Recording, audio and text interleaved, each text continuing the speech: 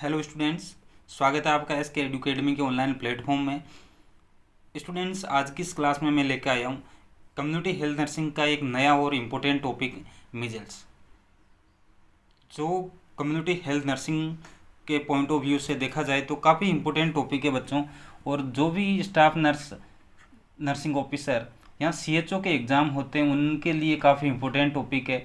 इससे related question आपको बहुत सारे एग्ज़ाम में, चाहे सीएचओ का एग्ज़ाम हो, चाहे ईएसआईसी का एग्ज़ाम हो या नॉर्सेट का एग्ज़ाम हो, वहाँ पर आपको देखने को मिलते हैं। तो आज की क्लास में इसी टॉपिक को हम डिटेल से स्टडी करेंगे। सबसे पहले हम बात करें मीजल्स के वर्ड मीनिंग की। तो जो मीजल्स होता है, मीजल्स को हम रूबियोला के नाम से भी जानते हैं। मीजल्स को रूबियोला के नाम से भी जाना जाता है। और इस रूबियोला का मतलब होता है रेड स्पॉट। रूबियोला का मतलब होता है रेड स्पॉट, यानी कि इस डिजीज में इन्फेक्टेड पर्सन की बॉडी पर रेड कलर के स्पॉट का निर्माण होता है। इसका विशेष लक्षण क्या है कि बॉडी पर रेड कलर के स्पॉट का फॉर्मेशन होता है। ये जो मीजल्स होती है इसका ऑनसेट एक्यूट होता है, यानी थोड़े समय के अंदर ये डेवलप होने वाली, ओकर होने वाली डिजीज़ होती है। तो एक्यूट इन्फेक्शियस डिजीज़ होती है, स्पेशली चाइल्डहुड को, बच्चों को प्रभावित करती है। और इसका जो पॉजिटिव एजेंट होता है, रोगजनक कारक होता है, वो एक specific family, paramyxo virus family से बिलोंग करता है। इसके सिम्टम्स की बात करें तो इसका जो फर्स्ट सिम्टम होता है वो फीवर। फीवर के अलावा कफ एंड कोल्ड, यानी कि रेस्पिरेटरी से रिलेटेड सिम्टम मीजल्स में अपने को देखने को मिलते हैं। Respiratory symptom. देन इसके अलावा इस रोग का, इस डिजीज़ का जो स्पेसिफिक सिम्टम है रेसेज, यानी कि हमने पढ़ा कि अभी बात की रूबियोला का मतलब ही होता है रेड स्पॉट। तो इस डिजीज़ के अंदर बॉडी पर रेड कलर के कुछ स्पॉट बन जाते हैं, रेसेज बनते हैं। जैसा कि आप इस इमेज में देख पा रहे हो, ये जो आपको दिखाई दे रहे हैं ये क्या है, रेड स्पॉट है, जो स्पेसिफिकली मिजल्स के पेशेंट के अंदर देखने को मिलते हैं। और इन रेड स्पॉट को हम कहते हैं रेसेज, इनको कहा जाता है रेसेज। तो इसके सिम्टम्स कुछ कॉमन कोल्ड एंड फीवर के सिम्टम, देन रेसेज देखने को अपने को मिलते हैं। इसके रोगजनक कारक की बात की जाए तो ये वायरस से होने वाली बीमारी है। और वायरस में स्पेसिफिकली आरएनए टाइप का वायरस होता है, एक आरएनए वायरस होता है, पैरामिक्सो वायरस। तो ये इसका रोगजनक कारक होता है। अगर आपको पूछा जाए इसका रोगजनक कारक कौन सा होता है तो पैरामिक्सो वायरस होता है, और ये एक टाइप का आरएनए वायरस होता है। देन अगर किसी को मीजल्स हो रखा है तो वो व्यक्ति मीजल्स का केस कहलाता है, मीजल्स का केस कहलाता है। और यही केस आगे मीजल्स फैलाने का काम करता है, यानी सोर्स ऑफ इन्फेक्शन का काम करता है। कैसे सोर्स ऑफ इन्फेक्शन काम करेगा, तो हमने पढ़ा कि मीजल्स वाले के अंदर रेस्पिरेटरी सिम्टम देखने को मिलते हैं, कॉमन कोल्ड एंड कफ के सिम्टम देखने को मिलते हैं। तो अगर किसी जो मीजल्स का केस है उसको रेस्पिरेटरी इन्फेक्शन हो गया, इन्फेक्शन होने के बाद जो उसके नोज एंड थ्रोट के सेक्रेशन होंगे या जो उसके रेस्पिरेटरी के सेक्रेशन होंगे, उन सेक्रेशन के अंदर मीजल्स का वायरस प्रेजेंट होगा, उन सेक्रेशन के अंदर मीजल्स का वायरस प्रेजेंट होगा। देन जब ये कफिंग करेगा, स्नीजिंग करेगा, तो उस टाइम बहुत सारे ये जो पॉजिटिव एजेंट है वो एक्सटर्नल एनवायरनमेंट में रिलीज होंगे और दूसरे लोगों तक ट्रांसफ़र होकर डिजीज़ डेवलप करने का, डिजीज़ को फैलाने का काम करेंगे। तो जो केस होता है वो क्या करता है, इन्फेक्शन का सोर्स होता है, सोर्स ऑफ इन्फेक्शन होता है। एंड इसके जो सेक्रेशन होते हैं वो रोग को आगे फैलाने के सोर्स ऑफ इन्फेक्शन का काम करते हैं। देन कम्युनिकेबिलिटी की बात करें, या इसको कहते हैं पीरियड ऑफ इन्फेक्टिविटी, इसको दूसरा नाम अपन देते हैं पीरियड ऑफ इन्फेक्टिविटी। बच्चों, पीरियड ऑफ इन्फेक्टिविटी का मतलब होता है कि अगर किसी व्यक्ति को मीजल्स का इन्फेक्शन हो रखा है तो उस ड्यूरेशन के टाइम या मीजल्स इन्फेक्शन के ड्यूरिंग कौन से टाइम में वो आगे इन्फेक्शन को ट्रांसमिट कर सकता है।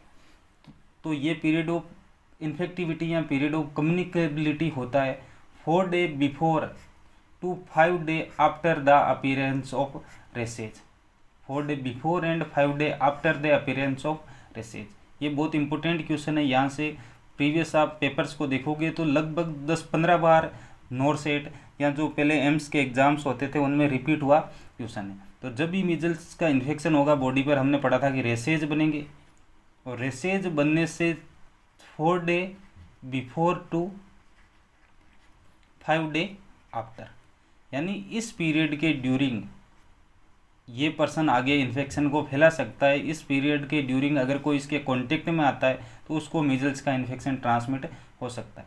तो याद रखना है कि इसका पीरियड ऑफ इन्फेक्टिविटी या पीरियड ऑफ कम्युनिकेबिलिटी होता है 4 day before to 5 day after the appearance of rashes. Then इसकी इम्यूनिटी की अगर हम बात करें तो life long immunity after infection, यानी अगर किसी को एक बार मीजल्स का इन्फेक्शन हो गया तो उसकी बॉडी में लाइफ लॉन्ग इम्यूनिटी डेवलप हो जाएगी। And life long immunity develop होने के कारण इसको सेकेंडरी इन्फेक्शन होने की या दोबारा मीजल्स का इन्फेक्शन होने की संभावनाएं बहुत कम रहती है। इसकी सेकेंडरी अटैक रेट रेयर होती है, यानी बहुत कम संभावनाएं रहती है इसको वापस मीजल्स का इन्फेक्शन होने की। Then maternal immunity protect the new born up to 6 month of age. Maternal immunity protect new born up to 6 month of age. इसका मतलब होता है बच्चों कि अगर किसी वुमन को मिजल्स हुआ एंड मिजल्स के बाद उसकी बॉडी के अंदर लाइफ लॉन्ग इम्यूनिटी डेवलप हो गई, किसी मदर को मिजल्स हुआ एंड मिजल्स के बाद उसकी बॉडी के अंदर क्या हुआ, लाइफ लॉन्ग इम्यूनिटी आ गई मदर, और मदर को मिजल्स होने के बाद लाइफ लॉन्ग इम्यूनिटी डेवलप हुई। देन जब इस मदर के अंदर प्रेगनेंसी होगी तो ये मदर के अंदर जो इम्यूनिटी थी वो प्लेसेंटा के द्वारा ट्रांसप्लेसेंटली फीटस को ट्रांसमिट हो जाएगी, ट्रांसप्लेसेंटली फीटस को ट्रांसमिट हो जाएगी। जब हम इम्यूनिटी पढ़ते हैं तो इम्यूनिटी में एक पढ़ते हैं कि ये इम्यूनिटी जो मदर के अंदर अपने आप लाइफ लॉन्ग डेवलप हुई ये तो थी एक्टिव इम्यूनिटी, ये कैसी थी, एक्टिव इम्यूनिटी। और प्लेसेंटा के द्वारा जो फीटस को मिली वो थी पैसिव इम्यूनिटी, कैसी थी, पैसिव इम्यूनिटी। और पैसिव इम्यूनिटी के बारे में आप जानते हो कि पैसिव इम्यूनिटी हमेशा टेम्पररी होती है, यानी कुछ टाइम के लिए प्रोटेक्शन देने का काम करती है, ये परमानेंट नहीं होती। तो मदर टू फिटस को जो पैसिव इम्यूनिटी मिली मीजल्स की वो 6 month तक काम करती है, 6 month तक इस बच्चे को मीजल्स से प्रोटेक्ट करने का काम करती है। मैक्सिमम अपन कह सकते हैं 9 month तक, या कह सकते हैं 6 to 9 month तक उस फिटस को प्रोटेक्ट करने का काम करती है। देन इसके फैलने का तरीका जो रहता है, मोड ऑफ जो ट्रांसमिशन होता है वो ड्रॉपलेट इन्फेक्शन के द्वारा, क्योंकि रेस्पिरेटरी इन्फेक्शन है तो स्नीजिंग कफिंग के द्वारा एक 1 person टू अनदर पर्सन ये डिजीज ट्रांसमिट हो सकती है। देन डायरेक्ट कॉन्टेक्ट से भी ये डिजीज एक पर्सन से दूसरे पर्सन में ट्रांसमिट हो सकती है। आगे हम बात करते हैं इसके इनक्यूबेशन पीरियड की, यानी कि इन्फेक्शन होने के बाद पॉजिटिव एजेंट बॉडी में एंटर करने के बाद इसके सिम्टम डेवलप होने में कितना टाइम लगेगा उसको हम कहते हैं इनक्यूबेशन पीरियड। और मीजल्स का जो इनक्यूबेशन पीरियड होता है वो लिखा है हमने 10 to 14 डेज, 10 to 14 डेज। यहाँ पर 10 to 14 डेज मैंने इसलिए लिखा है क्योंकि इसके अंदर क्या होता है, सबसे पहले इन्फेक्शन होगा, इन्फेक्शन के बाद पॉजिटिव एजेंट बॉडी में ग्रोथ करेगा एंड ग्रोथ करने के बाद जो फर्स्ट सिम्टम डेवलप होता है तो इसको हम कहते हैं, इस लगने वाले टाइम को कहा जाता है इनक्यूबेशन पीरियड। यानी पॉजिटिव एजेंट के बॉडी में एंट्री करने से लेकर फर्स्ट सिम्टम अपीयर होने तक के टाइम को अपन कहते हैं इनक्यूबेशन पीरियड। और यहाँ पर 2 चीज़ें देखने को मिलती है कि जब मीजल्स होता है तो सबसे पहले तो फीवर के सिम्टम अपीयर होते हैं, देन कुछ टाइम के बाद रेसेज के सिम्टम अपीयर होते हैं। तो इन्फेक्शन होने के से फीवर डेवलप होने तक का जो टाइम होता है वो होता है 10 डेज, यानी 10 डेज का टाइम लगता है। एंड इन्फेक्शन से रेसेज अपीयर होने तक का जो टाइम ड्यूरेशन होता है वो होता है 14 डेज, वो होता है 14 डेज। तो कई बार ऐसा भी क्वेश्चन पूछते हैं बच्चों कि अगर किसी को मीजल्स का इन्फेक्शन हुआ है या अभी कोई मीजल्स इन्फेक्टेड पर्सन के कांटेक्ट में आया है तो कितने टाइम बाद फीवर आने की पॉसिबिलिटी रहेगी। तो इन्फेक्शन टू फीवर तक का जो इंक्यूबेशन पीरियड होता है वो हमेशा होता है 10 days and infection to rashes develop होने तक का इंक्यूबेशन पीरियड होता है वो होता है 14 डेज। इसलिए यहाँ पर लिखा है इंक्यूबेशन पीरियड इसका 10 to 14 डेज। दोनों को सेपरेट अपने को माइंड में रखना है कि इन्फेक्शन टू फीवर तक का 10 days and infection to rashes तक का इंक्यूबेशन पीरियड पूछा जाए अपने को तो वो होता है 14 डेज। आगे बढ़ते हैं, नेक्स्ट बात करते हैं अपन इसके क्लिनिकल फीचर्स की कि मीजल्स होने के बाद कौन कौन से सिम्टम्स अपने को देखने को मिलने वाले। तो मीजल्स के जो क्लिनिकल फीचर्स होते हैं उनको हम 3 स्टेज में डिवाइड करते हैं। First pre eruptive stage, then second eruptive stage and third है post eruptive stage. Pre eruptive stage है ये जिसमें फीवर के सिम्टम आते हैं। प्री इरप्टिव स्टेज में फीवर के सिम्टम आते हैं एंड इरप्टिव स्टेज में रेसेज डेवलप होते हैं एंड पोस्ट इरप्टिव स्टेज में चाइल्ड क्या हो जाता है, वापस रिकवर हो जाता है। तो इन तीनों को हमने अलग अलग सेपरेट पढ़ेंगे, pre eruptive, eruptive and post eruptive. सबसे पहले हम चलते हैं प्री इरप्टिव स्टेज की ओर। प्री इरप्टिव स्टेज को बच्चों हम प्रोड्रोमल स्टेज के नाम से भी जानते हैं। इस स्टेज को हम कहते हैं प्रोड्रोमल स्टेज। और ये हमने लिखा कि बिगिन 10 डेज आफ्टर एक्सपोजर, क्योंकि फीवर तक का जो इनक्यूबेशन पीरियड होता है वो अपन ने पढ़ा था 10 डेज। तो कम से कम 10 डे लगेंगे इस स्टेज को डेवलप होने में, तब तक इनक्यूबेशन पीरियड रहेगा and last up to 14 days. 14 days क्यों, क्योंकि 10 + 4 डे तक की होती है। देन 14 डे पर क्या होगा, रेसेज अपीयर हो जाएंगे और जब रेसेज अपीयर होते हैं तो उस स्टेज को हम कहते हैं इरप्टिव स्टेज। तो इसकी ड्यूरेशन होती है 10th डे पर ये स्टार्ट होती है एंड 14th डे तक। यहाँ पर 10 एंड 14 का मतलब है एक्सपोजर के बाद लगने वाला टाइम, जैसे अभी मैंने बताया था।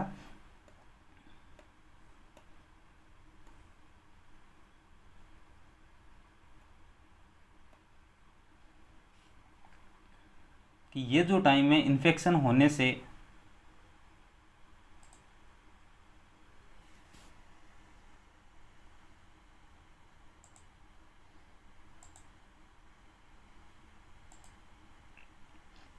इन्फेक्शन होने से फीवर तक का ये 10 डेज लग होता है। तो यही अपन ने लिखा है कि इसकी ड्यूरेशन होती है इन्फेक्शन होने के बाद 10th डे पर ये प्री इरप्टिव स्टेज स्टार्ट होती है।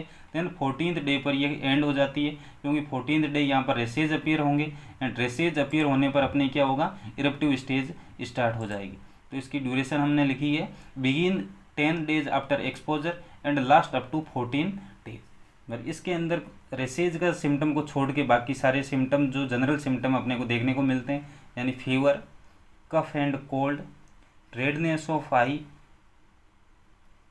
लेक्रीमेशन एंड फोटोफोबिया, देन में vomiting and diarrhoea, vomiting and diarrhoea के भी सिम्टम यहाँ पर अपने को देखने को मिल सकते हैं। देन इसके साथ ही 1 to 2 days before the appearance of races, यानी 14th डे पर रेसेज अपीयर होती है और रेसेज अपीयर होने से 1 to 2 डेज बिफोर, यानी मैं कह सकता हूँ 12 और 13 डे पर क्या होता है बच्चों, रेसेज अपीयर होने से 1 या 2 दिन पहले क्या होता है, जो अपने lower first and second molar teeth होते हैं, ये जो first and second lower molar teeth है अपने,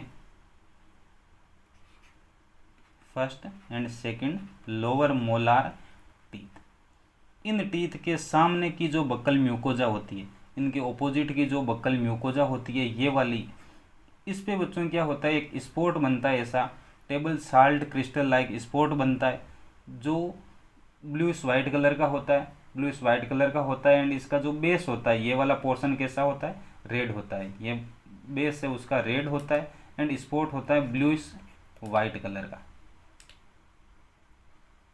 वाइट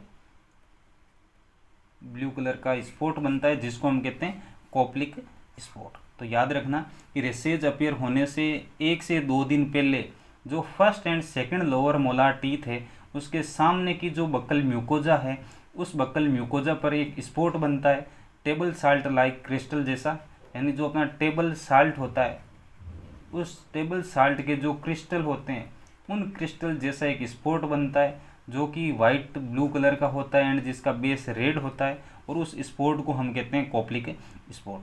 और ये इसका स्पेसिफिक साइन होता है, ये सिर्फ मीजल्स के केस में ही अपने को देखने को मिलता है, स्पेसिफिक साइन होता है। कई बार पूछा जाता है कि मीजल्स को हम कैसे डायग्नोस कर सकते हैं, तो इस कोप्लिक स्पॉट के द्वारा मीजल्स का डायग्नोसिस भी किया जा सकता है। मीजल्स का डायग्नोसिस भी करते हैं अपन, कन्फर्मेटरी तो नहीं है लेकिन डायग्नोसिस किया जा सकता है कोप्लिक स्पॉट के द्वारा, क्योंकि ये स्पेसिफिक साइन है मीजल्स के पेशेंट में ही अपने को देखने को मिलता है। देन आगे चलते हैं, सेकंड स्टेज अपनी इरप्टिव स्टेज जो कि प्री इरप्टिव से 4 डे आफ्टर स्टार्ट होती है, यानी 10th डे पर प्री इरप्टिव स्टेज स्टार्ट हुई थी एंड 14th डे पर इरप्टिव स्टेज स्टार्ट होती। तो 4 day after the onset of fever, यानी ये स्टेज स्टार्ट होती है 4 day after the onset of fever. And इस स्टेज में क्या होता है, रेड मैक्यूलोपेपुलार रेसेज बनते हैं, रेड कलर के स्पॉट बनते हैं जो मैंने बताया था, और मैक्यूलोपेपुलार रेसेज होते हैं। कैसे होते हैं, मैक्यूलोपेपुलार रेसेज। जब अपन रेसेज की स्टेज पढ़ते हैं तो 4 स्टेज होती है। फर्स्ट में क्या होता है, अपने को रेसेज रेड पॉइंटेड रेसेज होता है, देन सेकंड में वो फिक्स हो जाता है, थर्ड में उसके अंदर फ्लूइड भर जाता है, एंड लास्ट स्टेज में क्या हो जाता है, वो ड्राई होके स्केब का फॉर्मेशन कर देता है। तो ये 4 स्टेज होती है मैक्यूल्स रेसेज की, 4 स्टेज होती है बच्चों। फर्स्ट होती है मैक्यूल्स,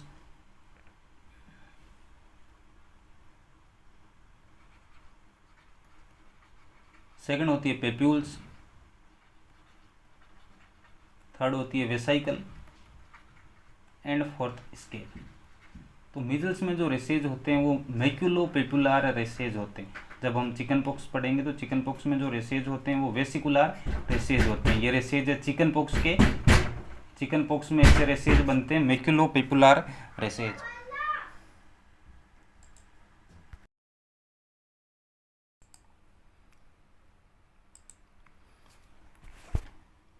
जो चिकन पॉक्स के रेसेज होते हैं वो होते हैं मैक्यूलो वेस्कुलर रेसेज। और यहाँ पर हम पढ़ रहे हैं मीजल्स के रेसेज कैसे होते हैं बच्चों, मैक्यूलोपेपुलर रेसेज अपने को यहाँ पर देखने को मिलते हैं। देन आगे बात करें, ये रेसेज फर्स्ट अपीयर होते हैं बिहाइंड द ईयर, यानी ईयर के बिहाइंड सबसे पहले अपीयर होते हैं। Then spread rapidly in few hours face and neck. Appear होने के कुछ घंटों बाद ये रेसेज फेस एंड नेक तक डेवलप हो जाते हैं, एंड उसके बाद ये धीरे धीरे लोअर बॉडी तक, लोअर एक्सट्रीमिटी तक डेवलप होने लगते हैं। And within 2 to 3 days progress to the lower limbs, यानी 2 से 3 दिन के अंदर अंदर ये रेसेज पूरी बॉडी पर डेवलप हो जाते हैं। तो ये इरेप्टिव स्टेज होती है। इसका जो स्पेसिफिक इस स्टेज में होता है, रेसेज डेवलप होते हैं, मैक्यूलोपेपुलर रेसेज होते हैं, सबसे पहले बिहाइंड द ईयर डेवलप होते हैं, and within 2 to 3 days spread over the body, पूरी बॉडी तक ये रेसेज अपीयर हो जाते हैं।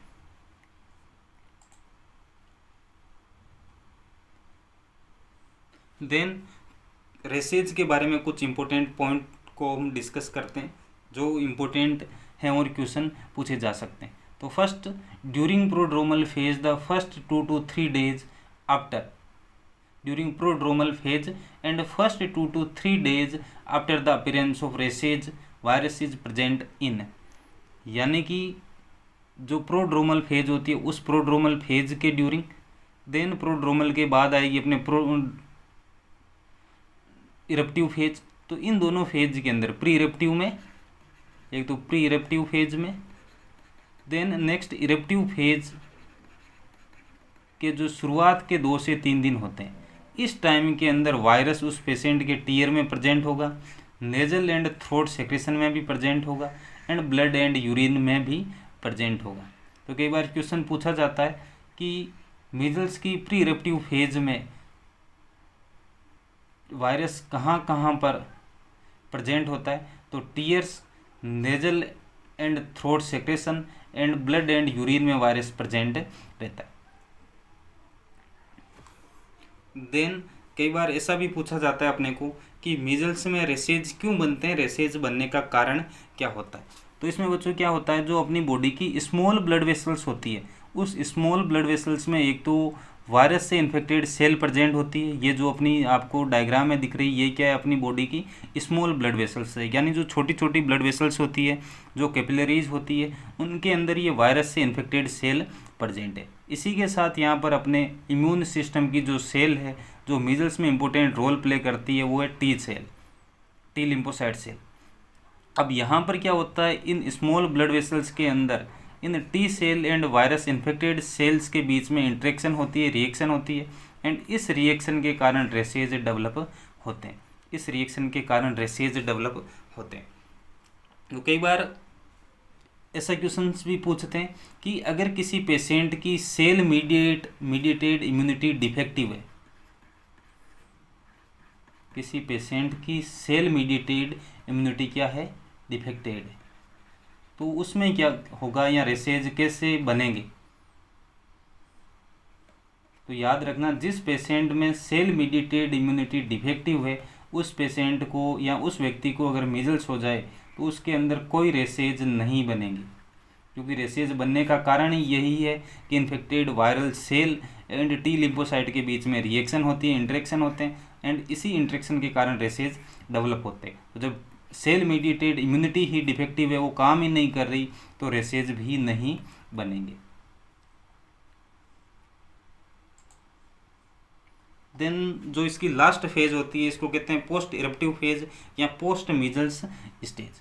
इसमें क्या होता है, बच्चा वापस रिकवर होने लगता है, मीजल्स के जो सिम्टम थे वो डिसअपियर हो जाते हैं, फीवर डिसअपियर हो जाता है, रेसेज डिसअपियर हो जाते हैं। देन इस इलनेस के कारण उसके वेट में कमी आती है, वेट लॉस देखने को मिलता है, एंड रिमेन वीक, बच्चा थोड़ा कमज़ोर महसूस करता है, और इस इन्फेक्शन के कारण उसकी जो ग्रोथ थी उसका रिटार्डेशन हो सकता है, पायोजेनिक इन्फेक्शंस हो सकते हैं। इसके अलावा अगर पहले उसको पास्ट में टीबी का इन्फेक्शन हो रखा था, स्पेशली पल्मोनरी टीबी हो रखी थी, तो वो पल्मोनरी टीबी का इन्फेक्शन वापस रीएक्टिव हो सकता है, फिर से टीबी का इन्फेक्शन उसको हो सकता है। आगे बढ़ते हैं, आगे हम बात करते हैं इसके कॉम्प्लिकेशंस के बारे में कि अगर किसी को मीजल्स हो जाए तो कौन कौन से कॉम्प्लिकेशन देखने को मिलेंगे। इसके मोस्ट कॉमन कॉम्प्लिकेशन होते हैं, एक तो होता है मीजल एसोसिएटेड डायरिया, यानी मीजल्स के साथ साथ डायरिया के सिम्टम देखने को मिल सकते हैं, एंड सेकंड कॉम्प्लिकेशन है निमोनिया, जो कि most common life threatening complication है। यानी अगर अपने को पूछा जाए कि मीजल्स का most common life threatening complication कौन सा है, तो वो होता है निमोनिया। देन निमोनिया के बाद ओटाइटिस मीडिया भी होने की संभावनाएं रहती। इसके अलावा कुछ क्रोनिक कॉम्प्लिकेशन है जो काफ़ी टाइम बाद में देखने को मिलते हैं, यानी न्यूरोलॉजिकल कॉम्प्लिकेशंस है, जिसमें फेब्राइल कन्वर्जन, यानी फीवर के साथ साथ उसको कन्वर्जन आ सकते हैं, एनसेफेलाइटिस हो सकता है, एंड एक कॉम्प्लिकेशन है SSPE। SSPE मतलब होता है सब एक्यूट स्क्लेरोसिंग पेन एनसेफेलाइटिस, सब एक्यूट स्क्लेरोसिंग पेन एनसेफेलाइटिस। थोड़ा इसके बारे में डिटेल से अपन देख लेते हैं कि ये क्या होता है। ये एक रेयर कॉम्प्लिकेशन होता है मीजल्स का, यानी बहुत कम केसेज के अंदर देखने को मिलता है, और मीजल्स होने के बहुत सालों बाद, मैनी ईयर्स आफ्टर डेवलप होता है। बाकी जो कॉम्प्लिकेशन देखे थे फेब्राइल कन्वर्जन, वो मीजल्स के ड्यूरिंग ही डेवलप हो सकता है, लेकिन ये जो कॉम्प्लिकेशन होता है वो काफ़ी टाइम और वो भी ईयर्स के बाद डेवलप होता है। इसमें क्या होता है, प्रोग्रेसिव मेंटल डिटोरिएशन, यानी जो मेंटल कैपेसिटीज है, मेंटल फंक्शन है, उसमें बहुत ज़्यादा तेज़ी से कमी आती है। और ये जो कॉम्प्लिकेशन है वो क्यों होता है, ये इसलिए होता है कि अगर मीजल्स का वायरस कहाँ पर प्रेजेंट है, वायरस प्रेजेंट इन ब्रेन, अगर मीजल्स का वायरस ब्लड ब्रेन बैरियर को पार करता हुआ ब्रेन तक पहुंच गया, उस टाइम ये कॉम्प्लिकेशन होने की संभावनाएं रहती है। और बहुत रेयर केस में ऐसी पॉसिबिलिटी होती है कि वायरस ब्रेन तक पहुंच जाए, पहुंच गया उसके बाद ये कॉम्प्लिकेशन डेवलप हो सकता है, जिसमें प्रोग्रेसिव मेंटल फंक्शन में डिटोरिएशन होती है, कमी होती है, और उसके कारण पैरालिसिस हो सकता है, इनवॉलंटरी मूवमेंट्स देखने को मिल सकती है अपने को, मसल्स रिजिडिटी हो सकती है, एंड पेशेंट कोमा में भी जा सकता है। इसके डायग्नोसिस के लिए अपन CSF एंड ब्लड में वायरल एंटीबॉडी का डिटेक्शन करते हैं, detection of viral antibody in CSF and blood. Then अगर मीजल्स का इन्फेक्शन प्रेगनेंसी के दौरान हो जाए, किसी प्रेग्नेंट लेडी को मीजल्स का इन्फेक्शन हो जाए, तो क्या सिम्टम्स उसके अंदर देखने को मिलेंगे, या प्रेगनेंसी से रिलेटेड क्या कॉम्प्लिकेशंस हो सकते हैं। तो अगर प्रेगनेंसी में मीजल्स का इन्फेक्शन हो जाए तो उसकी वजह से स्पॉन्टेनियस अबॉर्शन हो सकता है या प्रीमेच्योर डिलीवरी हो सकती है। लेकिन मीजल्स के कारण कभी भी कंजेनाइटल अबनॉर्मलिटी देखने को नहीं मिलती। ये कंजेनाइटल अबनॉर्मलिटी अपने को मिलती है हमेशा रूबेला के केस में। जब प्रेगनेंसी के दौरान रूबेला का इन्फेक्शन हो जाता है तो कंजेनाइटल अबनॉर्मलिटी फीटस में होगी। मीजल्स का इन्फेक्शन होगा तो कंजेनाइटल अबनॉर्मलिटी कभी नहीं होगी, स्पॉन्टेनियस अबॉर्शन हो सकता है या प्रीमेच्योर डिलीवरी देखने को मिल सकती है। देन बात करते हैं हम इसके प्रिवेंशन के बारे में कि मीजल्स का प्रिवेंशन हम किस तरीके से कर सकते हैं। मीजल्स का प्रिवेंशन करने के लिए हम मीजल्स वैक्सीन काम में लेते हैं, और मीजल्स की जो वैक्सीन होती है बच्चों, वो होती है लाइव एटीन्यूटेड वैक्सीन, यानी एक लाइव एटीन्यूटेड वैक्सीन है जिसमें पॉजिटिव एजेंट किस स्टेज में होता है, लाइव स्टेज में होता है, जीवित अवस्था में होता है। और ये एक टाइप की टिश्यू कल्चर वैक्सीन है जो फ्रीज ड्राइड प्रोडक्ट के रूप में होती है, यानी एक पाउडर फॉर्म में, ड्राइड पाउडर फॉर्म में ये वैक्सीन अवेलेबल रहती है अपने को, जिसको हम 2 to 8 डिग्री सेंटीग्रेड टेम्परेचर पर स्टोर कर सकते हैं। देन इसकी जो वैक्सीनेशन की एज है वो WHO के द्वारा रिकमेंडेड की गई है, WHO के द्वारा रिकमेंडेड की गई। इसके अलावा जो अपना इंडिया का यूनिवर्सल इम्यूनाइजेशन प्रोग्राम है उसके अकॉर्डिंग 9 मंथ पर देते हैं, और कभी भी मीजल्स वैक्सीन 9 मंथ से पहले नहीं दी जाती। 9 मंथ से पहले नहीं देने का कारण भी यह है कि हमने पढ़ा था कि जो मैटरनल एंटीबॉडी थी, जो माँ से बच्चे को प्लेसेंटा के द्वारा मिली थी, मैटरनल एंटीबॉडी, वो एंटीबॉडी बच्चे को 6 to 9 मंथ तक प्रोटेक्ट करती है। 6 मंथ तक प्रोटेक्ट करती है, 9th अपन ने मैक्सिमम लिखा है कि 9 मंथ तक प्रेजेंट रह सकती है। अगर इस ड्यूरिंग हम क्या करेंगे, मीजल्स का वैक्सीनेशन करेंगे, तो मीजल्स वैक्सीनेशन में या वैक्सीन में हमेशा होता है एंटीजन, और जब एंटीजन बॉडी के अंदर जाता है तो बॉडी इसके अगेंस्ट एंटीबॉडी का फॉर्मेशन करती है। जब एंटीजन जाएगा तो बॉडी क्या करेगी, एंटीबॉडी का फॉर्मेशन करेगी। तो यहाँ पर इस टाइम के दौरान बच्चे के अंदर ऑलरेडी मीजल्स की एंटीबॉडी प्रेजेंट है 9 मंथ तक, जो कहाँ से आई थी, माँ से। तो जैसे ही अपन ने एंटीजन दिया, ये एंटीबॉडी क्या करेगी, उस एंटीजन के अगेंस्ट काम करेगी और उस एंटीजन को ख़त्म कर देगी। इससे क्या हुआ, एंटीजन तो ख़त्म हो गया, लेकिन बॉडी की जो एक्टिव इम्यूनिटी थी वो डेवलप नहीं हुई।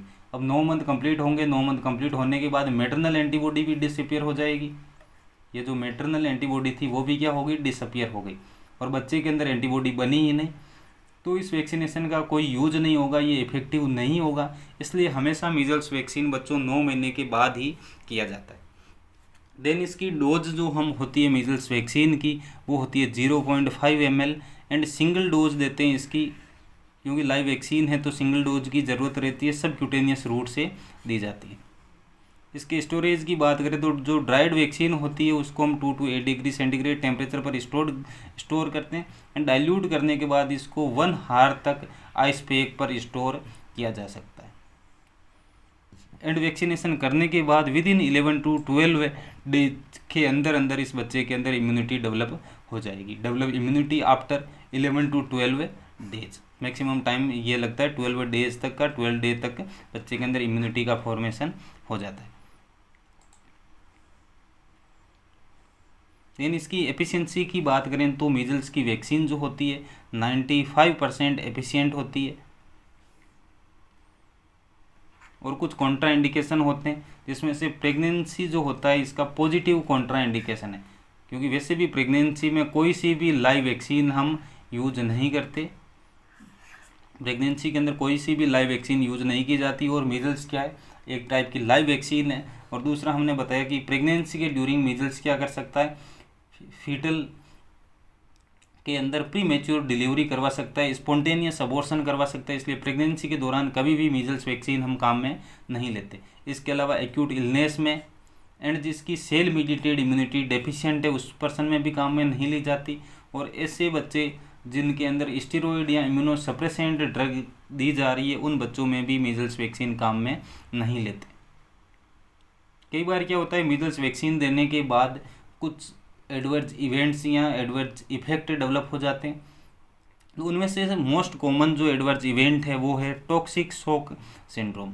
टॉक्सिक शॉक सिंड्रोम क्यों डेवलप होता है कि अगर वैक्सीनेशन के टाइम अपनी वैक्सीन कॉन्टामिनेटेड हो चुकी है, या अगर ओपन वैक्सीन को हमने 4 घंटे के बाद काम में ले लिया है, जो ओपन वैक्सीन थी अपनी उसको आफ्टर 4 आवर हमने यूज किया है, तो बच्चे के अंदर टॉक्सिक शॉक सिंड्रोम डेवलप हो सकता है। इस टॉक्सिक शॉक सिंड्रोम में क्या होगा, उसके अंदर वाटरी डायरिया देखने को मिलेगा, वॉमिटिंग देखने को मिलेगी एंड हाई फीवर देखने को मिलेगा। और ये सिम्टम जो टॉक्सिक शॉक सिंड्रोम के होते हैं वैक्सीनेशन के कुछ घंटों के बाद में ही डेवलप हो जाते हैं, appear within few hours after vaccination. और इतने सीवियर सिम्टम होते हैं कि कई बार 48 हार्स के अंदर अंदर उस बच्चे की डेथ भी हो जाती है। मे कोज डेथ विद इन 48 हार्स।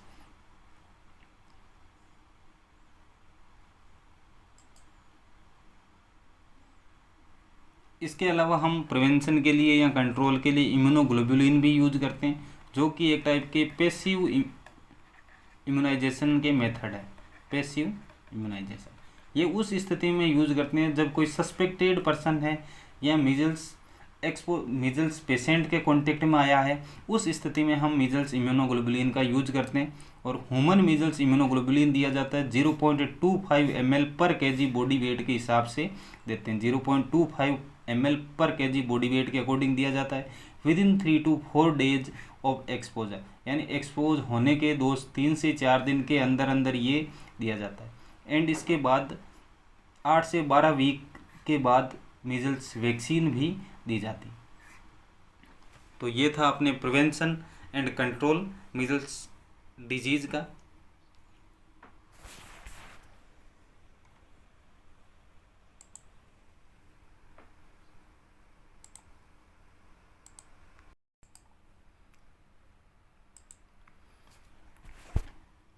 जो चिकन पॉक्स के रेसेज होते हैं